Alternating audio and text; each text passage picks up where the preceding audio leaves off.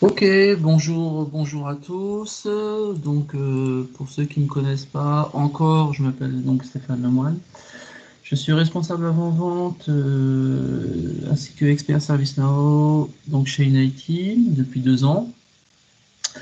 Je suis accompagné pour ce webinaire de Eric Travella qui déroulera un peu plus loin dans la présentation les différents cas d'usage et démonstrations autour de l'intégration, sur l'intégration donc MS Teams et ServiceNow. Donc ce webinaire en fait s'inscrit dans une suite de 3 webinaires orientés intégration donc entre ServiceNow et Microsoft, en particulier Microsoft et la suite 365, Office 365 et MS Teams. Donc aujourd'hui, on va se focaliser sur l'intégration avec MS Teams et ServiceNow. Alors, en fait, on ne va pas prendre tous les scénarios d'usage. Ce qui va nous intéresser ici présentement, ça va être surtout l'intégration concernant l'agent virtuel, donc Virtual Agent de ServiceNow, avec MS Teams. Sachant que bien entendu, on peut faire d'autres intégrations que vous connaissez sûrement, notamment l'interface, le ticketing, etc.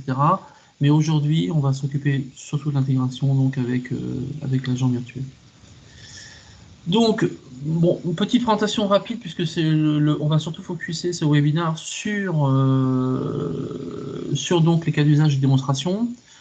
Donc de Unity, donc Unity donc est réparti aujourd'hui sur 3 agences, Paris, enfin Dijon, Paris et Toulouse, si on respecte les aspects chronologiques, à la fois les aspects chronologiques et les tailles des sociétés.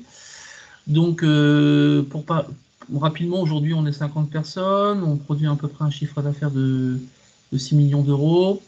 On est partenaire ServiceNow depuis juin 2018. Et on a particulièrement grossi notre activité autour de ServiceNow à partir de cette date, déjà un petit peu avant, mais c'est vrai que à partir donc depuis 2 ans déjà, on a pas mal grossi notre activité sur ServiceNow. Donc aujourd'hui, même si on a démarré initialement sur des sujets principalement IT Service Management, de gestion de services IT, qui sont en fait le cœur du métier historique de Inity par rapport à nos partenariats passés, je dirais, ou d'origine. Aujourd'hui, on développe beaucoup de compétences sur l'ensemble des modules gravitant autour de la plateforme ServiceNow. Donc l'IT Service Management, bien entendu, mais également l'IT BM, la suite IT BM avec PPM, et la suite de donc tout ce qui est gestion de projet, gestion des ressources, allocation, etc. La suite ITOM, tout ce qui est Enterprise Service Management, donc gestion des services de l'entreprise au-delà de l'IT, à travers à la fois des cas d'usage qui ne concernent pas l'IT, mais également des business apps, des applications qui sont modulées en fait et designées sur mesure pour nos clients pour répondre à tous les cas d'usage métiers hors IT qui peuvent se produire. Je parle aujourd'hui des business apps, puisque je dirais le-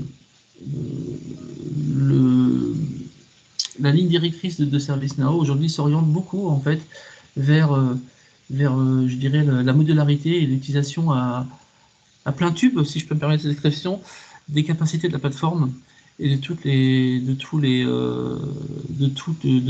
briques en fait applicatives qui constituent cette plateforme. Donc aujourd'hui, donc rapidement, hein, donc je passe pas des heures sur Unity, c'est pas tout l'objet. Hein. Unity, on est connu pour rentrer directement dans le sujet, donc je vais essayer de faire vite pour laisser la place à Eric qui va davantage rentrer dans le produit. Donc aujourd'hui, ce qu'on propose, c'est donc l'agenda, c'est de présenter un peu les self-service et les challenges rapidement en quelques slides.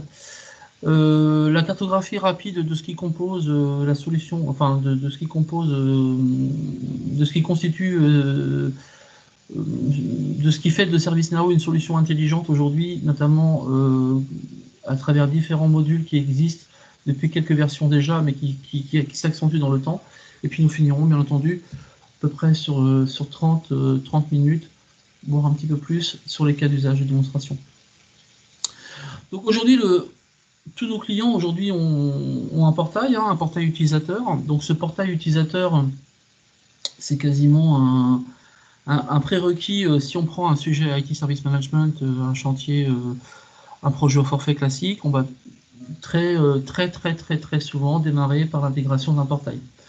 Donc ce portail, il a évolué dans le temps, au niveau de sa structure, au niveau de l'expérience utilisateur, au niveau des différents usages qu'on peut en faire. Mais on peut... donc en fait, il est tout à fait justifié aujourd'hui, mais on peut se rendre compte qu'il pose quand même quelques problèmes. Et c'est ce qu'on va voir juste après. Parce qu'aujourd'hui, en fait, les cas d'usage changent et le portail, malgré tout, offre quelques soucis. En particulier sur le fait que la navigation n'est pas toujours aisée. On a beau améliorer l'expérience utilisateur, à faire des recherches rapides, des recherches intuitives, à mettre la Google Bar la Google Search Bar qui va sur la home page, qui va pouvoir chercher dans l'ensemble des services, des connaissances, etc. Bah, on est toujours confronté la plupart du temps à présenter un catalogue de services avec une arborescence catégorielle, qui est par exemple représentée ici à gauche, et on peut avoir des soucis dans la navigation, etc. Puis une fois qu'on a trouvé l'offre de service qui nous convient, bah, on n'est toujours pas sûr, en fait, on n'est toujours pas sûr qu'il s'agit de la bonne offre de service. Ce qui nous oblige par ailleurs à bien documenter l'offre de service. Donc elle a documenté dans la vignette, elle a documenté lorsqu'on ouvre l'offre de service, la demande de service, à documenter chaque champ, à documenter à identifier certaines contraintes, à mettre des warnings, attention, ne pas utiliser cette offre à condition de, etc. Et ce qui rend finalement la constitution, ce qui peut rendre la constitution de l'offre de service, surtout si elle est très complète, si elle est très exigeante en termes d'informations demandées, bah, assez complexe et longue à remplir. Ça, c'est vraiment un problème qu'on peut rencontrer sur les portails. Alors, on s'emploie tous à faire des offres de services les plus simples possibles, et on verra qu'il y a grâce à la brique prédictive intelligence qui vient d'apparaître dans ServiceNow depuis déjà 2 versions, qui s'accentue dans le temps quand même, encore plus avec la version Orlando, et je pense qu'avec les versions suivantes, Paris et autres, ce sera encore plus fort. On peut justement simplifier ces offres de services. Mais toutefois, aujourd'hui, on a toujours ce truc.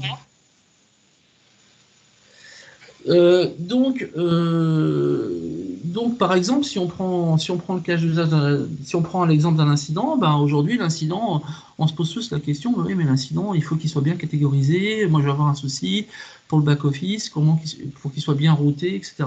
Donc, je vais avoir tendance, naturellement, à enrichir la création d'un incident. Et on va même, il y a certains clients, par exemple, qui poussent au end-user à rentrer quasiment la catégorie de l'incident qu'ils vont créer au niveau du record producer, au niveau de l'offre de service, en fait, qui est présentée dans le catalogue de services. Ce qui n'est pas forcément une bonne chose. Par exemple, ici, vous avez un exemple d'information. C'est l'exemple, j'ai évoqué tout à l'heure la création d'incidents, mais c'est le cas aussi du nouvel arrivant. Il faut remplir des tas d'informations. C'est pas forcément très simple à tout remplir. Donc, heureusement, on a des artifices comme les templates, le fait d'enregistrer des demandes favorites ou des lots qui sont natifs à ServiceNow avec des variables pré-renseignées, ce qui nous permet d'aller plus vite dans la saisie des demandes, entre guillemets, car déjà templétisées, déjà pré-renseignées.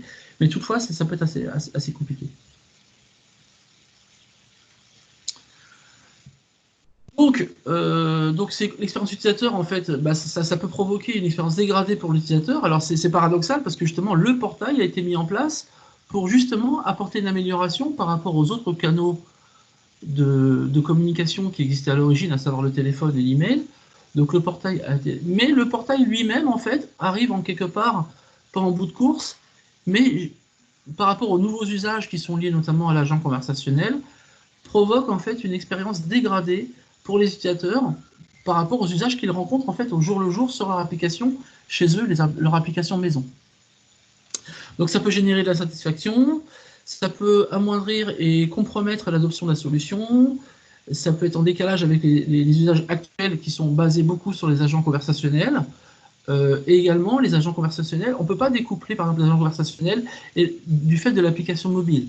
L'application mobile et l'agent conversationnel vont quelque part de pair, de fait que le device mobile s'adapte parfaitement en fait à l'agent conversationnel. Donc on manque, par rapport à la précision, on risque d'avoir un mauvais acheminement des tâches, une activité accrue du back-office ainsi du middle-office pour corriger les erreurs. Donc ça peut générer en fait chez les agents back-office et middle-office un sentiment de frustration, de manque d'efficacité sur le fait que ces tâches soient pas forcément très, très bien routées, tout en même temps en ayant conscience de l'insatisfaction qui est générée au niveau des end-users. Par ailleurs, on a des problèmes de maintenance concernant la modification et l'ajout des règles de routage qui peuvent être plus ou moins complexes. Si on allège les offres de services en minimisant le nombre d'informations qui est requise, du coup, il faut augmenter il faut déplacer la complexité sur les règles de routage et du coup, la maintenance devient plus dure, plus complexe. Donc, ServiceNow, depuis quelques versions maintenant, en fait, constitue une plateforme intelligente. Donc, on a trois briques essentielles. Donc, l'idée ici, c'est pas tout les décrire. L'ensemble des briques, pour cela, il y a ServiceNow fait ça très bien et on n'a pas pour objectif de se substituer à l'éditeur. Donc, il y a trois briques essentielles. Le Predictive Intelligence qui va permettre en fait d'ajouter, d'améliorer ces règles de routage, d'ajouter du langage naturel, etc., qui va permettre en fait d'améliorer en fait la productivité du back-office. L'agent virtuel sur lequel on va se focuser aujourd'hui, et puis bien sûr le service portal qui reste aujourd'hui prépondérant et qui peut bien entendu se coupler avec l'agent virtuel. Donc, donc l'agent virtuel, ça va permettre de réduire les coûts, d'améliorer les temps de résolution, puisqu'en fait on a en fait toutes les pains que j'évoquais tout à l'heure en soulignant les aspects, en critiquant quelque part l'aspect portail de services et catalogue de services, et en fait sont en partie résolus par l'intégration de l'agent virtuel, donc du module Virtual Agent de ServiceNow. Donc ce qui est intéressant, c'est que l'interface, vous avez ici, c'est pas assez volontaire, c'est le fait de mettre le Virtual Agent dans l'application mobile. On a une seule fenêtre, et en fait, au sein d'une seule fenêtre, on va pouvoir accéder à beaucoup de services qui nous auraient demandé beaucoup de clics en fait côté portail et côté catalogue de services. Donc c'est très agréable de pouvoir à la fois converser en langage naturel dans l'agent virtuel et en même temps d'accéder dans une seule fenêtre à l'ensemble des services de manière la plus simple. L'aspect mobilité fait qu'on peut faire ça n'importe où et pas uniquement devant son poste. On peut faire ça dans le métro, on peut faire ça... alors l'idée, c'est pas de travailler tous dans le métro, mais l'aspect mobilité, l'aspect nomade est très important. Donc je vais pas citer tout ce qui est marqué sur les slides, mais ça va permettre en fait d'augmenter le temps de traitement des appels, d'augmenter la productivité, de réduire le temps, surtout de faire adopter la solution de manière plus confortable en fait aux utilisateurs, aux end-users, de partager mieux les connaissances, puisqu'une bonne connaissance est une connaissance c'est comme un bon document. Un document, c'est un document qui est lu, qui est exploité. Le fait d'augmenter, d'améliorer les usages de la connaissance à travers une interface mobile via le Virtual Agent, ça peut être aussi une façon d'adopter la connaissance. Et puis ça va permettre aussi un meilleur switch entre le bot humain et le bot qui va répondre de manière automatique aux différentes questions que va se poser l'user, et au bout d'un moment, il va se poser la question de savoir est-ce que c'est suffisant ou pas de résoudre le service ou la demande de service via, entre guillemets, de manière systématique ou automatique, ça va aussi faciliter le passage vers le bot humain. Donc après, on va avoir une assistance 24/7, et puis ce qui est surtout, c'est qu'on va proposer une interface qui est familière et homogène par rapport aux usages fréquents. Et cette interface familière, elle va être augmentée par le fait qu'on va pouvoir interfacer l'agent virtuel avec des applications maison que vous avez chez vous qui sont d'usage beaucoup plus général. En particulier, c'est pour ça que donc là j'arrive à Microsoft Teams, mais ça peut être le cas aussi pour Slack ou pour d'autres applications, ou Office 365 qui feront l'objet des webinaires futurs. C'est qu'aujourd'hui, par exemple, si on prend le Microsoft Teams, bon aujourd'hui Teams fait un carton en France et en Europe, s'impose massivement comme l'outil collaboratif des entreprises. Donc en fait, il est très facile d'utilisation, il est très massivement utilisé sur l'ensemble des usages de l'entreprise. Donc quelque part, bénéficier en fait de la puissance de ServiceNow, de tout ce que ça cache derrière en termes d'agents virtuels, mais également en termes de plateforme, de manière transparente, à travers MS Teams, qui lui finalement est de fait adopté par les usagers. Donc en fait, on va améliorer l'adoption de ServiceNow.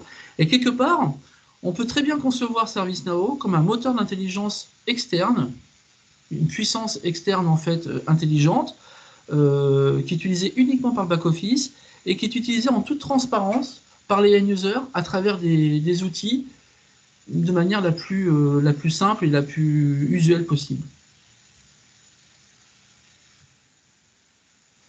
Voilà, donc tout ça pour faire la transition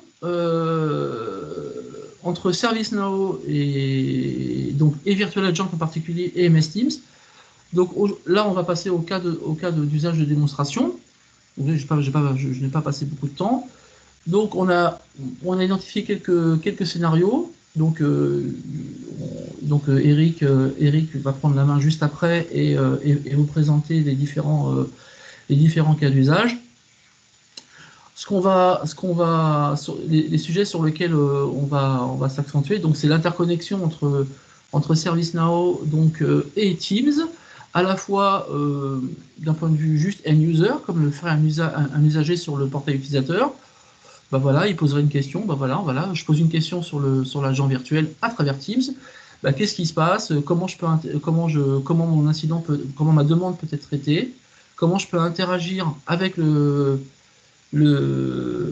service desk de manière générale, hein, service desk, il faut entendre desk métier. C'est pas uniquement un service desk au sens IT, ça peut être un service desk HR ou un service desk moyens généraux ou autre. Et on va pouvoir aussi opérer automatiquement des demandes qui sont directement formulées à travers Teams. Donc à Teams, encore une fois, qui est accessible sur le desktop, mais également sur la partie mobile, voilà, donc ce qui amplifie encore les usages.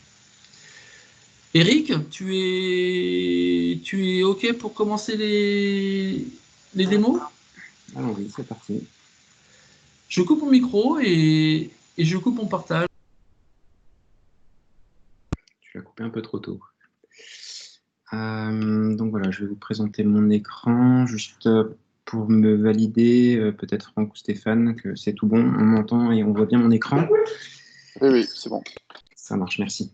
Donc, comme le disait Stéphane, les cas d'usage qu'on va vous présenter sont des exemples. Hein. On va tourner autour de 3 choses aujourd'hui, 3 cas d'usage principaux que sont la création d'incidents, l'interaction avec sa fiche utilisateur donc de ServiceNow, et une demande de service qui va être générée directement dans Teams et donc dans le chatbot. Je reprends un tout petit peu ce que disait Stéphane. Effectivement, l'intégration du chatbot de ServiceNow dans Teams, elle est très transparente, elle se fait sur tous les outils, hein, que ce soit client lourd, client web ou mobile. La majeure partie des vidéos aujourd'hui, elle a été faite sur web, navigateur web, et puis une autre sur mobile pour vous montrer un autre cas d'usage. sur mobile, quand un ordinateur est en panne.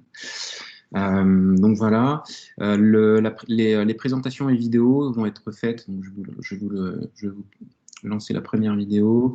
Donc en fait, les cas d'usage sont concentrés sur un utilisateur, un collaborateur d'Inative qui s'appelle John Doe. Donc ici, on voit son Teams version navigateur web. Donc ici, John Doe. L'installation du chatbot en fait peut être faite très simplement en fait par votre organisation. Elle peut pousser une application directement dans les applications disponibles de vos collaborateurs. Le chatbot peut s'installer en tant que vraie application sur le côté gauche de Teams, au même biais que la conversation, les équipes, etc. Mais aussi, elle peut se retrouver dans les conversations comme si vous parliez à une vraie personne. Voilà. C'est aussi le but du chatbot et de cette interprétation naturelle du langage, de se dire que le chatbot, c'est quelqu'un qui peut vous répondre et qui peut vous aider sans réellement être humain. Donc voilà, on peut le retrouver aux deux endroits. Et comme je l'ai dit tout à l'heure, sur les trois environnements, sur les trois outils clients lourds, navigateur web et mobile. Une fois qu'il est installé sur un des trois, en fait, il est installé et paramétré sur tous les environnements Teams. Il n'y a pas de souci, il ne faut pas l'installer 3 fois. Et la première chose et la seule chose à faire quand on installe le chatbot, c'est de relier votre compte Teams, donc votre compte de collaborateur, donc ici John Doe, à son compte utilisateur final de ServiceNow. Donc en fait, on va juste demander de synchroniser en fait ces deux comptes. Une fois que la synchronisation est faite, la confiance a été établie entre les deux outils, entre Teams et ServiceNow, et après il n'y a plus besoin de se connecter sans cesse. Du soir au lendemain matin, en fait, on rouvre Teams et on a tout de suite accès au chatbot et il peut parler. Si on n'a pas fermé une conversation la veille, elle peut continuer le lendemain, il n'y a pas de souci. Donc là, je vais vous présenter, je vais vous dérouler les 10 vidéos qui sont donc sur ces 3 cas d'usage, donc avec des petites particularités différentes qui vous montreront un petit peu les options qui sont disponibles, ce qu'on peut faire, comment on peut interagir avec la compréhension du langage. Donc, comme le disait Stéphane, hein, on peut parler au chatbot comme on parle à un humain. Et l'intérêt justement de cette intelligence, ça va être d'analyser ce que vous dites, de reconnaître les mots, les groupes de mots, ou ce qu'on appelle des patterns, j'en parlerai tout à l'heure, de manière plus technique, et de savoir ce que vous voulez faire. Donc derrière le chatbot, en fait, on a mis en place 3 topics, donc ce qu'on appelle des topics, ce sont les cas d'usage. Donc ce que vous voulez proposer à vos clients, à vos collaborateurs, pardon, sur le chatbot, en fait, vous allez créer des topics derrière, que sont la création d'un incident, la vérification d'un statut d'un incident, par exemple, la modification de votre profil, une demande de service, une soumission d'offre de service, ou communiquer aussi avec un agent, un opérateur back-office. Ça, c'est tout à fait possible, et j'ai une vidéo aussi qui montrera ça dans un 4e cas d'usage. Donc le premier cas d'usage, très simple, sans trop de reconnaissance. Donc ça va être la création d'un incident. Donc ici, en fait, on a plusieurs mots pour le chatbot. En fait, on a plusieurs mots qui sont réservés, qui vont permettre de piloter un petit peu l'organisation du chatbot. Donc ils sont quasiment tous traduits. Donc on peut, pour commencer une conversation, on n'a qu'à dire bonjour, et donc ça commence la conversation avec le chatbot. On peut avoir quelques mots réservés en fait comme ça pour piloter un petit peu, la conversation. Si on veut la redémarrer, on peut faire recommencer, on peut taper recommencer, etc. Et ça, on peut le taper à n'importe quel moment de la conversation. Donc là, je vais dérouler les vidéos et puis m'arrêter si j'ai des explications à faire. Donc là, en fait, John Doe lance la conversation avec le chatbot, donc en disant bonjour, un petit message d'accueil personnalisé, hein, on peut tout de suite analyser des choses et puis trouver le prénom de la personne, etc. Hein, ça n'y a pas de souci. Et les topics qui ont été mis en place derrière, donc le début de la conversation d'un chatbot, ça va être de vous demander ce que vous voulez, en quoi en fait on va pouvoir l'aider. Et donc là, on peut le parler du coup en langage naturel. Là, aujourd'hui, français, anglais, en fait, vous mettez les langues que vous souhaitez derrière pour la reconnaissance de langage. Et donc, ce chatbot va analyser et va vous rediriger vers un topic, vers le topic qu'il pense être le bon. Donc là, un premier cas d'usage, on vient en tant que John Doe, on dit au chatbot que le site intranet ne marche plus. Et là, en fait, il analyse ce que vous êtes en train de dire, il comprend grâce à quelques mots que vous rencontrez un problème. Donc là, il va vous orienter automatiquement vers le topic soumission d'une demande d'assistance ou d'une création d'incident. Il comprend que vous avez un souci, donc il va essayer de vous aider. Dans le premier cas d'usage ici, on a une recherche, en fait, on interagit en fait avec la base de connaissances, avec les articles de la base de connaissances que vous avez mis en place dans ServiceNow pour voir si on peut vous aider tout de suite avec la base de connaissances. Donc là, premier cas d'usage, on n'a pas d'article de connaissances qui pourrait vous aiguiller tout seul et réparer votre souci. Donc là, voilà. On verra dans d'autres vidéos qu'on peut accéder à certains articles. Donc là, on n'a pas d'article disponible. On a la possibilité de ressaisir une description pour apporter un petit peu de contenu, des mots supplémentaires pour peut-être retrouver d'autres articles, mais ce n'est pas l'objet de cette vidéo. Donc là, ma description me convient bien, je dis non. Et donc là, on est parti sur le principe qu'on va créer justement un incident derrière. Donc là, on peut poser 2-3 questions. L'idée en fait du chatbot, c'est d'accompagner très rapidement un utilisateur pour pas qu'il passe des heures et des heures à écrire pour saisir un incident. Ce que je disais Stéphane, des fois sur les portails, on saisit trop d'informations et que le collaborateur ne maîtrise pas. Quand on lui demande une catégorie ou un impact, c'est pas forcément pertinent parce que la personne peut très bien dire que c'est un impact mondial alors qu'il a juste perdu un mot de passe pour accéder à une application. Voilà, pas très critique, mais c'est un exemple. Donc là, voilà, l'idée c'est de poser le moins de questions possible pour tout de suite aller à l'essentiel de la création de l'incident et que John puisse avoir son incident créé très rapidement, sans qu'il passe trop de temps. On peut avoir ici en exemple une proposition en fait des matériels qui sont affectés à cette personne. Vu que le compte de John Doe est attaché à son compte utilisateur dans ServiceNow et que ServiceNow possède du coup l'ensemble de ces éléments, donc de ses ordinateurs, etc. et imprimantes. Donc ici, dans ce cas d'usage, on voit que John possède 2 ordinateurs, un ordinateur fixe, un ordinateur portable et une imprimante. Donc là, on a la possibilité. L'intérêt de cette question, c'est de pouvoir rattacher automatiquement le matériel qui pourrait poser problème pour éventuellement être routé vers une équipe support Apple, par exemple, ou autre, ou dédié aux imprimantes, ou etc. Donc là, le problème, c'est le site Internet qui ne marche pas. Le problème n'est pas forcément rattaché à un matériel appartenant à l'utilisateur. Donc l'utilisateur va dire que ça ne concerne pas un de ses outils. Là, on a posé très peu de questions. On a assez posé de questions pour générer rapidement un incident. Donc là, le chatbot a automatiquement créé un incident avec les informations qui ont été saisies, à savoir le titre, l'urgence. Donc là, on a un affichage de l'état. En fait, c'est personnalisable. Ça, c'est ce qu'on appelle une carte qui permet d'afficher les informations d'un objet en fait, dans ServiceNow. Donc là, on affiche l'incident qui a été généré, incident 63. Et donc voilà, on rappelle les informations que l'on veut.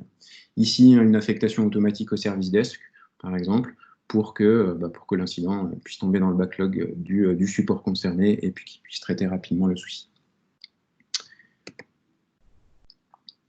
Interaction avec le portail, Stéphane en parlait très rapidement. Le chatbot et Teams, en fait, sont capables de pouvoir communiquer et de pouvoir faire des liens avec le portail. Donc là, j'ai cliqué, si je reviens un tout petit peu en arrière, on a sur ce qu'on appelle la carte, on a toujours un bouton qui permet d'accéder à l'objet en redirection sur ServiceNow. Donc là, en fait, en cliquant dessus, on arrive sur le ticket d'incident qui est sur le portail de l'utilisateur. Donc là, on est connecté automatiquement en tant que John Doe sur son ticket d'incident. Voilà le premier cas d'usage très simple et très rapide. Deuxième cas d'usage qui est un petit peu la même chose, où on va apporter d'autres éléments, d'autres explications. Donc là, John Doe va parler au chatbot pour saisir un incident, enfin soumettre un problème. Justement, le choix du topic va être moins évident pour le chatbot. Donc, je je vais laisser écrire et puis vous expliquer après. Donc là, il y a un souci, il ne peut pas imprimer depuis son ordinateur. Le chatbot va analyser en fait ce que John est en train de dire. Et là, en fait, on a par rapport à son analyse, il ne peut pas déterminer à 100% un seul topic qui pourrait correspondre à ce que John a saisi. Parce qu'en fait, le chatbot analyse donc ce que John écrit et il calcule en fait pour tous les topics disponibles disponibles dans le chatbot, il calcule un pourcentage de correspondance. Et ce pourcentage de correspondance, en fait, si plusieurs topics dépassent un certain seuil que vous aurez défini, mettons 60%, si vous avez deux topics qui sont au-dessus de ces 60% de correspondance, et ben, du coup, le chatbot ne peut pas décider à votre place de ce que vous souhaitez, en fait. Donc, il vous propose, en fait, tous les topics qui sont disponibles à l'utilisation sur le chatbot. Donc là, c'est le cas. Donc là, on va continuer sur une soumission d'un incident. Donc là, c'est nous qui choisissons finalement le topic, puisque le chatbot n'a pas réussi à se décider. Voilà. Ici, deuxième cas d'usage, donc par rapport à la description que John a faite, on a quelques articles qui correspondent dans la base de connaissances. Cette recherche, en fait, elle est vraiment liée à John, c'est-à-dire que son compte Teams est lié à son compte utilisateur final dans ServiceNow. Il a le droit de visualiser certains articles de base de connaissances. Donc, il y a de la recherche par rapport au droit de visibilité et par rapport à sa langue aussi. Hein. Il est français, son compte est français, donc on recherche dans une base française où les articles sont tagués français. Donc, on lui propose 2 articles qui pourraient éventuellement l'aider à corriger tout seul son problème. L'intérêt, comme Stéphane le disait, c'est de pouvoir aussi aider John de manière automatique et qu'il ne crée pas d'incident alors qu'il pourrait s'aider lui-même. Donc là, j'ai cliqué sur un des 2 liens qui serait en rapport avec le souci, avec un article de connaissance où John a accès avec potentiellement son problème qui pourrait se résoudre avec cet article de connaissance. Donc là, c'est toujours pareil, hein, redirection vers le portail, vers la partie article de connaissance et on ouvre automatiquement l'article associé. Donc, pas de chance, cet article ne nous aide pas. Donc là, on arrive, comme tout à l'heure, sur la création de l'incident. On va choisir l'urgence. Donc là, même question, hein, on lui propose les matériels qui sont associés à son compte. Donc là, pour le coup, il ne peut pas imprimer depuis son ordinateur portable. Il va sélectionner donc, du coup, le MacBook.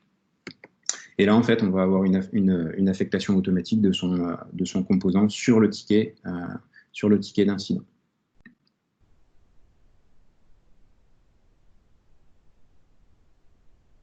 Donc là, toujours pareil, on peut se rediriger sur le portail pour aussi apporter plus d'informations, mettre des pièces jointes ici, rajouter du commentaire.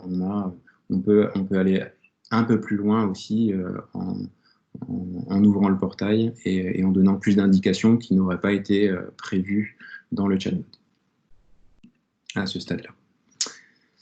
Troisième vidéo, donc on est toujours sur de la création d'incidents, mais avec un peu plus de reconnaissance. Donc ce que j'ai appelé les patterns tout à l'heure, je vais vous expliquer, je vais vous montrer ce que c'est. En fait, John a un problème ici, toujours avec son imprimante, et il va directement taper le numéro de série ou le numéro attribué, le numéro unique, donc la set tag de l'imprimante directement dans sa description. Donc là, toujours pareil, une reconnaissance. On voit le chatbot sait que John a un problème. On analyse les articles de connaissances qui sont en relation. Donc toujours pareil, il propose 3 articles sur de la résolution suite à problème d'imprimante. Donc là, manque de chance, ça ne m'aide toujours pas.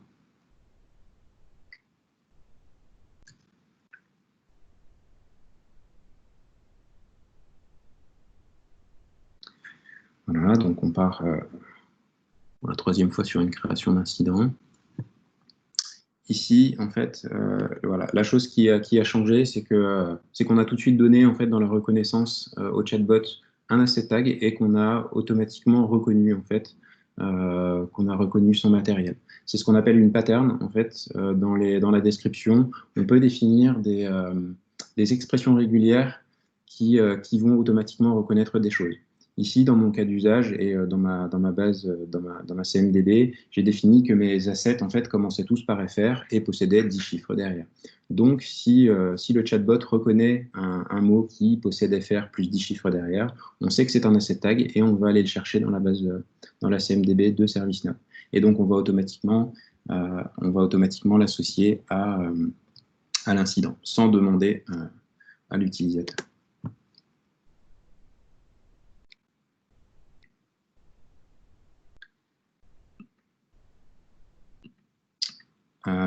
Petit point supplémentaire sur ce ticket créé. Donc, on vient de créer le ticket 65. Ici, en fait, je vous fais un parallèle entre, donc à droite, on retrouve John Doe et son Teams et le chatbot. Et à gauche, en fait, un opérateur qui a la visu sur l'incident qui vient d'être généré. Donc, l'imprimante FR 1, 2, 3, 4, 5, 6, 7, 8 qui ne marche plus. Donc là, on a l'affichage du ticket d'incident. Ici, on voit le caller, donc celui qui a demandé à créer l'incident, donc c'est bien John Doe, sa short description, le titre de son problème. On voit bien que c'est un incident qui a été créé par le Virtual Agent, par le chatbot. L'idée de cette vidéo, c'est de vous montrer la résolution et de proposer aussi, de vous montrer que ServiceNow peut pousser de l'information à un utilisateur dans Teams sans qu'une conversation soit existante. Ici, vous voyez à droite dans la conversation, dans la conversation avec le chatbot, que la conversation est terminée. Donc là, John n'est pas en train de parler au chatbot, la conversation est finie. Donc là, je vais dérouler un petit peu la vidéo, puis je vais vous expliquer un peu après. L'idée, en fait, c'est de résoudre l'incident côté back-office. Donc là, l'opérateur est en train de traiter le ticket d'incident.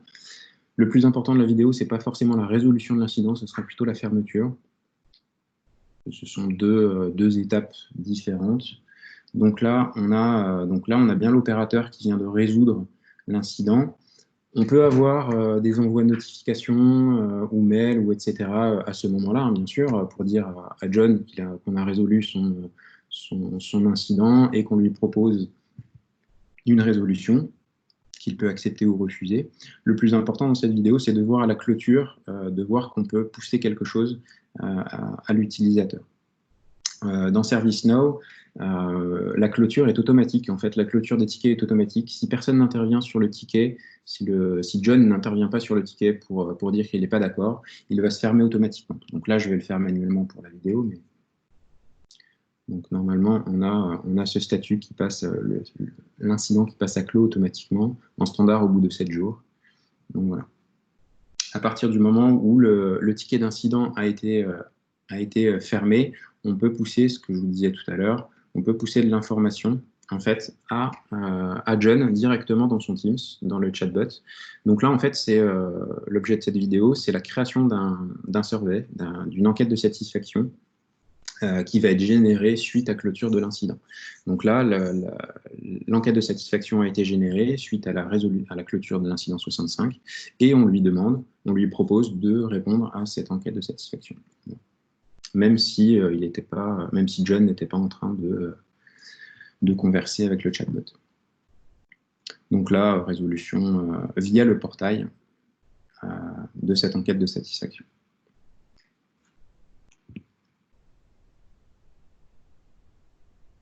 Voilà, ce qui clôt ce cas d'usage. Quatrième cas d'usage.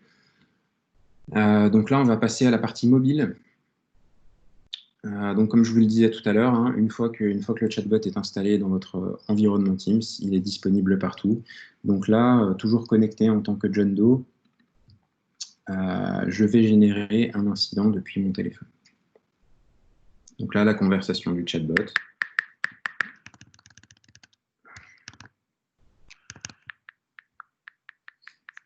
Voilà, donc on profite de la même intelligence.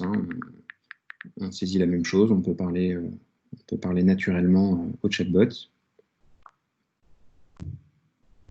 Donc là, son ordinateur ne fonctionne plus, c'est pour ça qu'il utilise son téléphone et qu'il demande au chatbot de l'aider.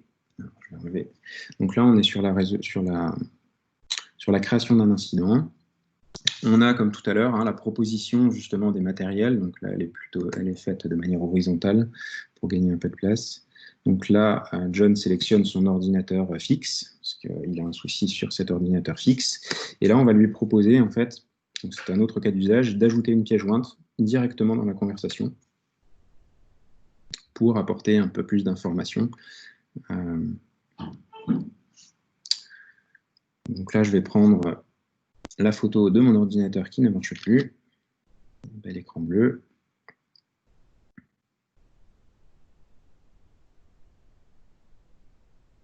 Voilà, donc l'ajout de cette image en fait, est automatiquement ajouté à la conversation et sera automatiquement intégré à l'incident. Donc là, on vient de créer l'incident 69. Mon ordinateur ne fonctionne plus, lié à mon ordinateur fixe, à l'ordinateur fixe de John. Donc voilà, le ticket est créé. Vérification en back-office. Ici, en tant qu'opérateur, hein, j'ouvre l'incident 69 qui a été ouvert et on voit tout en haut qu'il y a bien une pièce jointe qui a été associée au ticket.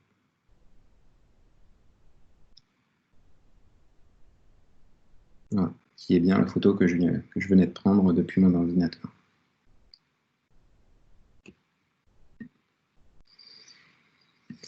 On passe au cinquième cas. Le cinquième cas qui va être la conversation avec un opérateur.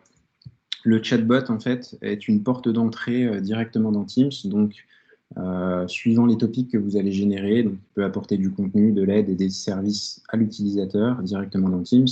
Si ça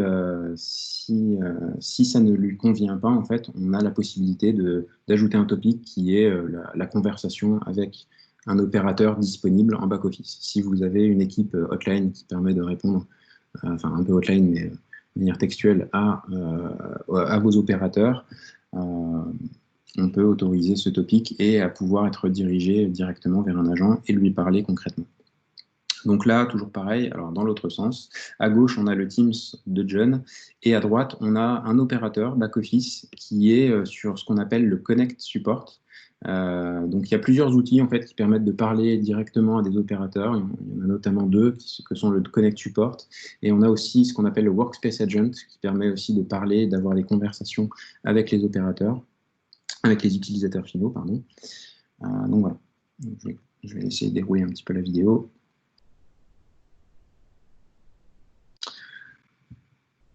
Donc dans ma vidéo, John veut tout de suite parler à un agent. On pourrait très bien faire de la recherche, essayer de retrouver et de lancer un topic de recherche, proposer des articles de connaissances, etc. Et éventuellement, si le chatbot ne pouvait pas répondre, proposer de contacter un agent un peu plus tard. C'est tout à fait possible, hein, on peut le mettre à n'importe quel niveau et on peut demander communication à l'agent un peu comme on le veut. Donc là, je veux parler à un agent. En fait, le chatbot reconnaît qu'on veut tout de suite communiquer avec un opérateur. Donc là, on va rentrer dans une file d'attente, en fait, hein, de demande d'accès à communication au support. Ici, l'opérateur Ludovic, donc sur la droite, hein, sur son back-office, il a bien quelqu'un qui arrive dans la file d'attente. Donc, en fait, il va prendre cette conversation en acceptant ici. Le premier venu, hein, s'il y a plusieurs opérateurs qui veulent parler, c'est le premier arrivé, premier servi. Donc dès qu'il accepte, en fait, Ludovic va se retrouver sur la gauche de son écran avec la conversation et donc tout l'historique de la conversation qui a été faite par John avec le chatbot. Ce qui peut aider Ludovic, c'est pour ça qu'en fait on a la possibilité de mettre automatiquement un message comme quoi l'opérateur prend connaissance de la conversation pour déjà avoir un petit peu de contenu et pouvoir imaginer comment aider John. Donc là, vu que John a automatiquement, d'entrée de jeu, demandé l'agent, il n'y a pas forcément d'informations pertinentes dans la conversation. Donc là, voilà, la conversation commence entre les deux.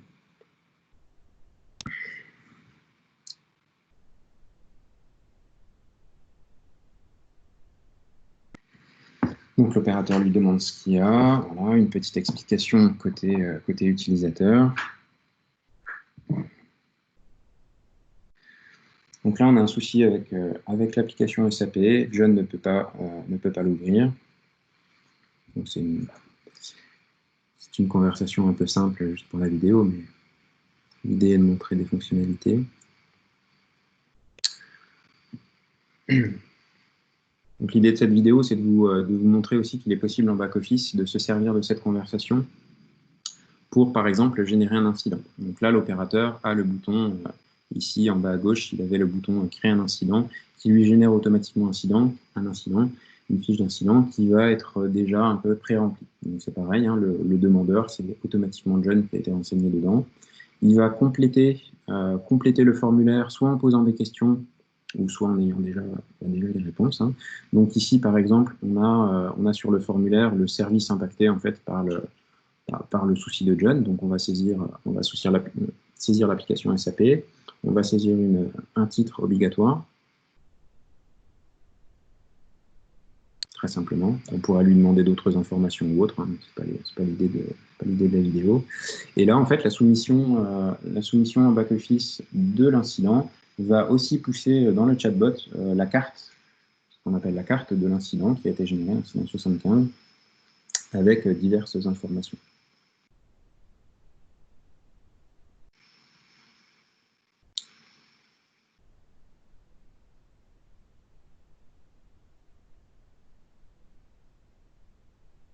Voilà, donc comme je vous le disais aussi, on a la possibilité, donc avec certains mots réservés, de pouvoir interagir directement. Donc John va saisir les mots au revoir, ce qui met fin, en fait, après confirmation, à la conversation. Donc on a quelques mots réservés comme ça qui permettent d'avoir des actions bien précises.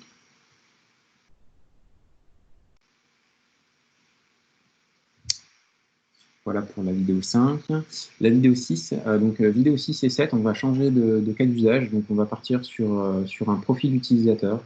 Dans ServiceNow, un utilisateur final possède des informations personnelles et votre organisation pourrait proposer à l'utilisateur de modifier certaines de ces informations.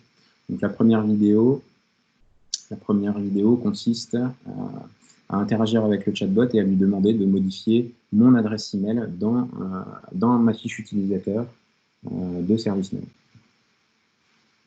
Donc là, toujours pareil, on peut parler en langage naturel et le chatbot va analyser ce qu'on souhaite, s'il trouve un topic concerné. Donc là, on a saisi « Je veux modifier mon profil ». Donc là, le chatbot, il pense avoir trouvé le bon topic, hein, il pense qu'on va interagir avec notre fiche personnelle. Ici, on affiche la carte de l'utilisateur, donc de John, les informations potentiellement modifiables. C'est un exemple. Hein. En général, on ne modifie pas l'adresse email parce qu'elle est souvent aussi clé de réconciliation, donc pas forcément à mettre entre les mains de l'utilisateur, cette modification. Donc là, on demande l'information qu'on va vouloir modifier, l'adresse email ou le mobile. Donc là, on modifie l'adresse email. Pas forcément conseillé. Donc là, on saisit la nouvelle adresse email qu'on veut mettre, une petite confirmation au cas où on se soit trompé en orthographe. Voilà. Donc là, on autorise en fait un utilisateur à pouvoir modifier des informations de sa fiche. Donc là, la fiche réapparaît avec les informations mises à jour. Donc avant, l'adresse email était Gildo, et là, on a bien John.do. Deuxième vidéo sur à peu près le même principe, mais en intégrant un tout petit peu plus d'intelligence, c'est-à-dire que, comme tout à l'heure pour l'imprimante, en fait, on va saisir l'asset tag. Ici, on va tout de suite demander au chatbot de modifier l'adresse, de modifier le mobile, pardon, et en saisissant tout de suite un numéro de mobile. Donc là, c'est pareil, hein, elle a été définie en tant que pattern. Dès qu'on trouve un ensemble de 10 chiffres, on va reconnaître que c'est un numéro. Et le fait qu'on ait saisi « je veux modifier le mobile », et bien, du coup, on reconnaît bien qu'on veut modifier le mobile et on a déjà l'information pour le faire. Donc, du coup, le chatbot comprend qu'on veut modifier le mobile et on n'a plus rien à saisir. Voilà. Donc, ici, on a bien l'information qui a été modifiée.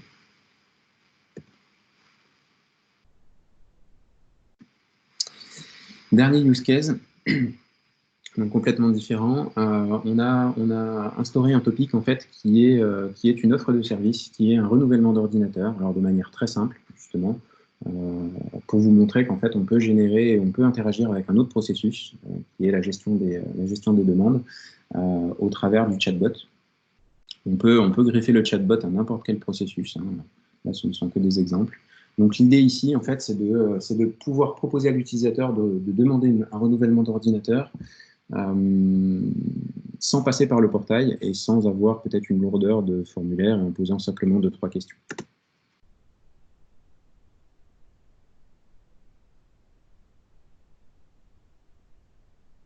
Donc là, toujours pareil, un langage naturel. Le chatbot va reconnaître qu'on va vouloir, enfin, qu'on veut renouveler son ordinateur, donc on va tomber sur un seul topic qui est le renouvellement d'ordinateur, et on va proposer les options qu'on a mis en place dans ce topic. Donc on demande si on veut un ordinateur portable ou fixe,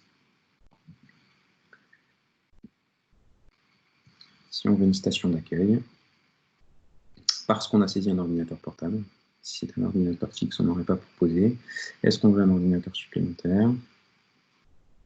Là, on a un récap et un calcul qui permet de savoir, selon les options sélectionnées, et lui dire, bah, attention, cette offre, elle va générer un coût.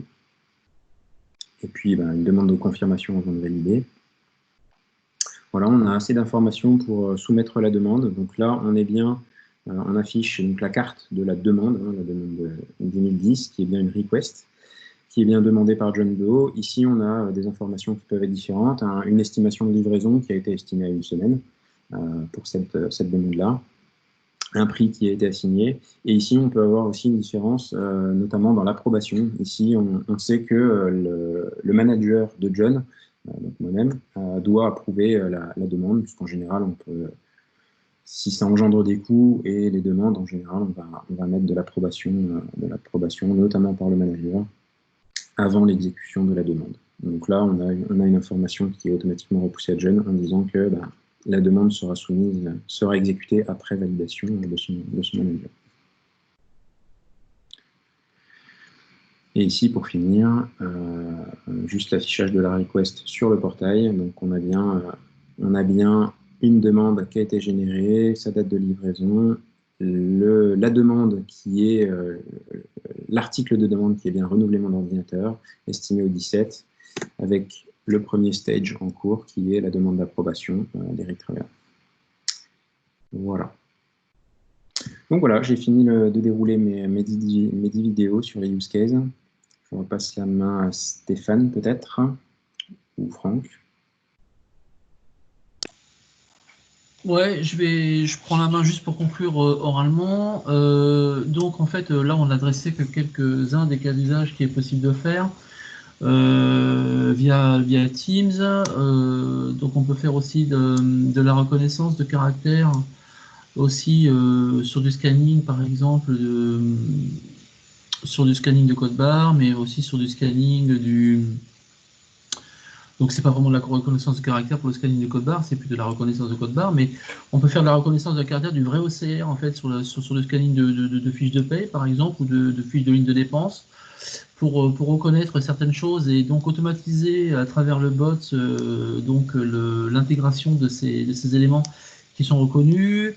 Il y a plein de choses dans Teams. Il y a aussi un module de notification qui permet aussi de recevoir des notifications provenant en fait de ServiceNow et de pouvoir agir dessus. Donc par exemple, ça peut être l'objet des surveys.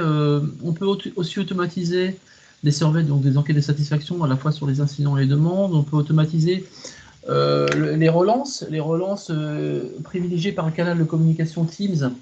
Et auquel cas ce serait Jarvis en fait qui proposerait de dire voilà, attention, vous n'avez pas soit validé telle chose parce que derrière on a un SLA, etc.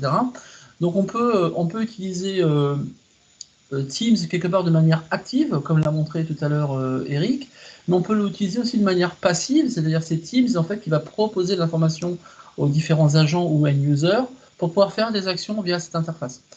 Donc clairement, c'est la transparence, et ça augmente la transparence.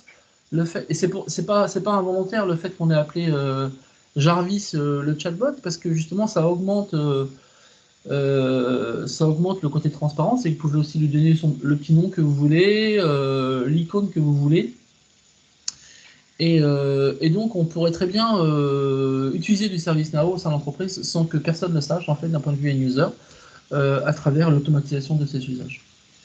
Voilà, il est 11 heures, on a passé 50 minutes de webinaire. Donc je conclue, j'espère que cela vous a plu. Je vous invite au prochain webinaire sur intégration entre ServiceNow et Office 365 qui ont lieu la semaine prochaine. Et puis je vous souhaite à Eric, que Eric se joint à moi, ainsi que toute l'équipe. Ouais. Juste dans les commentaires, je vois quelques questions de la part de Yann et de David. Oui. Donc Yann demande, est-ce que les mêmes use cases peuvent être appliqués sur le CSM?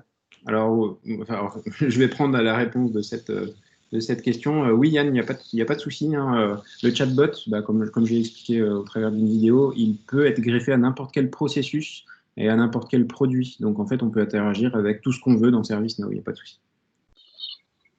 Tout à fait. Et donc, David demande, l'utilisation du Virtual Agent nécessite-t-il une licence ServiceNow supplémentaire?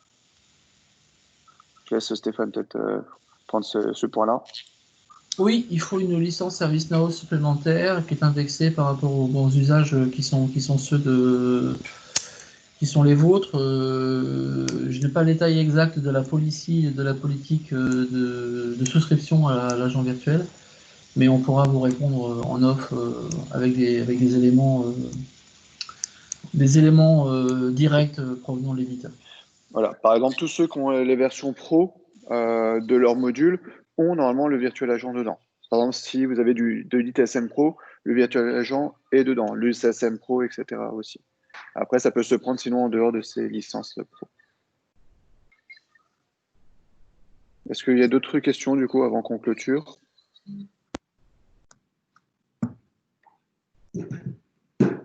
Si après vous avez d'autres questions, vous pouvez aussi nous contacter directement. Hein. Vous avez tous nos emails, que ce soit Stéphane, Eric ou moi. Donc n'hésitez pas à vous rapprocher de nous ou de votre commercial favori pour vous aider. Je pense que Stéphane, du coup, on peut conclure. Ok, bon, merci à vous. On se souhaite une bonne journée et à très bientôt. Au revoir. Bonne journée à vous tous. Au revoir. Merci, au revoir. Au revoir. Au revoir. Au revoir à tous.